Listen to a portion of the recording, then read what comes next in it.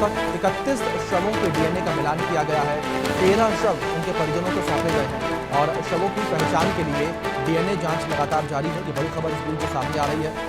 शवों की पहचान के लिए डीएनए की जांच लगातार की जा रही है।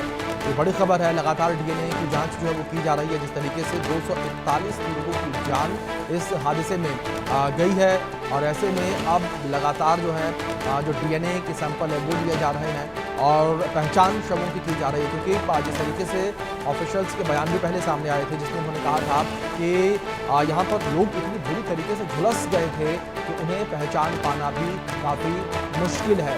ऐसे में डीएनए के माध्यम से लोगों की पहचान की जा रही है और पहचान करने के बाद अब शव जो है वो उनके परिजनों को, उनके तीमारदारों को दिए जा रहे हैं।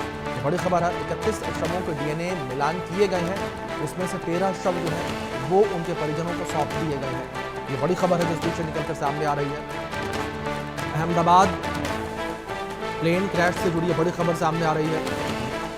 डीएनए टेस्ट कैसे होता है इसको लेकर आप तक जानकारियां दे दें। ब्लड सैंपल से डीएनए निकाला जाता है सबसे पहले और साथ ही खून, हड्डी, बाल, दांत, स्किन, नाखून के सैंपल जो है वो लिए जाते हैं और एंजाइम के जरिए डीएनए के टुकड़ों में जो है वो तोड़ा जाता है और रेडियोएक्टिव डीएनए मार्कर से पैटर्न तैयार किया जाता है।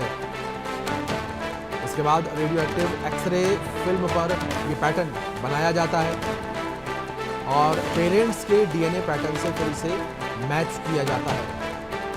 दोनों डीएनए पैटर्न मैच होने पर पहचान होती है। कुछ इस तरीके से डीएनए का टेस्ट जो है वो होता है।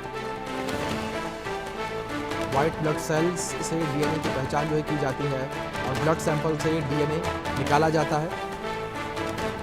तो जिस तरीके से डीएनए टेस्ट होता है, खून, हड्डी, बाल, दांत, स्किन, नाखून से सैंपल लिया जाता है टेस्ट करने के लिए और एंजाइम के जरिए डीएनए को टुकड़े में तोड़ा जाता है और रेडियोएक्टिव डीएनए मार्कर से पैटर्न तैयार किया जाता है और रेडियोएक्टिव डीएनए मार्कर से जो है तैयार किया जाता है और रेडियोएक्टिव एक्सरे फिल्म पर इस पैटर्न को तैयार किया जाता है। पेरेंट्स के डीएनए पैटर्न से फिर मैच किया जाता है। ये जानकारी जिस तरीके से आप तक पहुँचाने सामने आ रही है, जहाँ जो शव है उनके लगातार डीएनए टेस्ट जो है वो किए जा रहे हैं और शवों को अब उनके परिजनों को सौंपा जा रहा है। जिस तरीके से डीएनए का मिलान किया जा रहा है, डीएनए टेस्ट किए जा रहे हैं और डीएनए टेस्ट करने के बाद रिपोर्ट जिस तरीके से सामने आ रही है उन्हें अब जो है परिजनों को वापस सौंपा जा रहा है शव। इस बीच हमारे सहयोगी शाहिद अंसारी जुड़ गए हैं, उनका रुख करेंगे अपडेट्स के लिए। शाहिद, फिलहाल क्या इन्फॉर्मेशन आपके पास, क्या अपडेट्स आपके पास, किस तरीके से शवों की पहचान जो की गई और कितने शव जो है वो अभी तक परिजनों को सौंप दिए गए हैं? देखिए, मैं आपको बता दूं कि यहाँ से जो अभी पहले तो मैं यहाँ के आपको बता दे रहा हूँ कि यहाँ के जो सर्च वगैरह करना था, ये सारी चीज़ें तो मुकम्मल हो चुकी हैं, लेकिन अभी भी जो जांच टीम है वो और दूसरे लोग जो है अभी भी यहाँ मौजूद हैं।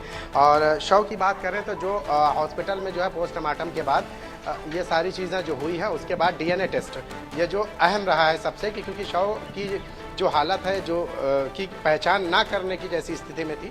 कई सारे जो है आग इतनी ज़्यादा तेज़ थी कि जो बॉडी है उसको उसकी शिनाख्त करना मुश्किल हो गया था। यही वजह रही है कि इसके लिए जो है डीएनए का सहारा लिया गया। ब्लड सैंपल वगैरह उन सारे लोगों का लेकर जो है डीएनए कराया गया। अब कहा, देखिए कई सारी ऐसी फैमिली भी हमें यहाँ मिली है जिनको जो है हम तकरीबन 1 घंटे पहले की अगर बात करें तो इस वक्त जो है 14 लोगों की जो है बॉडी उनके परिवार को उनके हवाले कर दी गई थी। यानी कि वो लोग आए और उन्होंने अपना जो है, चूँकि पहले ही डीएनए सैंपल दे चुके थे और जब वो मैच हुआ तो वो उनको उनके हवाले कर दिया गया था। इसके साथ साथ जो है जो बाकी जो लोग हैं धीरे धीरे, क्योंकि इसका जो प्रोसेस है कुछ 60 से 72 घंटे का था जो उन्होंने बताया था। इस प्रोसेस के तहत वो जिन जिन लोगों के जो है सैंपल ले रहे थे और जिसका जिसका मैच किया जा रहा था उसको वो कॉल कर रहे थे और उन्हें ये कहा जा रहा था कि आप आईडी कार्ड दिखाएं और उसके बाद जो है आपकी जो शव है उसको जो है जहां आप लोकेशन बताते हैं, जहां आपको अंतिम संस्कार करना है, जिस घर में जो परिजन है उन तक पहुंचा दिया जाएगा। तो ये सारी प्रक्रिया पूरी करने के लिए अभी भी मैं आपको बताऊं कि जो अहमदाबाद सिविल हॉस्पिटल है, यहाँ तकरीबन जो है सिविल हॉस्पिटल में 200 से ज़ायद जो है एम्बुलेंस खड़ी की गई है और जैसे जैसे जिसका जो है जो बॉडी की शिनाख्त हो रही है डीएनए की बुनियाद पे, उस परिजन को कॉल करके उन्हें बुलाया जा रहा है, उनके रिश्तेदारों को जो है वो बॉडी दी जा रही है ताकि वो उसका अंतिम संस्कार कर सके। अब अगर मैं जाए वारदात की बात करूँ तो जाए वारदात पर भी जो है अभी भी बहुत सारे लोग जो है जो टीमें हैं वो यहाँ मौजूद हैं और मैं अभी इसी वक्त आपको मैं दिखाना चाहूँगा इस तरफ आप देखिए कि पुलिस जो है यहाँ पे जो है इस इलाके को अब छावनी में पूरी तरह से बदल दिया गया है। और यहाँ पे जो है कुछ देर पहले ही जो है जो टीमें यहाँ की आई थी उस टीम ने इस मामले को लेकर जो है यहाँ तफ्तीश की। मकसद सिर्फ ये था कि जो बोइंग कंपनी के अधिकारी घटना स्थल से पर पहुँचे और उन्होंने जो है जो मलबा जो इसका रहा है उसके अधिकारी की जो टेक्निकल टीम है उसको जो अहमदाबाद में आई जांच टीम जो है घटना स्थल पर पहुंचकर अलग अलग एंगल से जांच करके यहां से निकल भी गई है। इस घटना की जांच जो है डीजीसीए और एएआई भी कर रही है और बोइंग भारतीय एजेंसियों को जो है टेक्निकल सपोर्ट दे सकती है।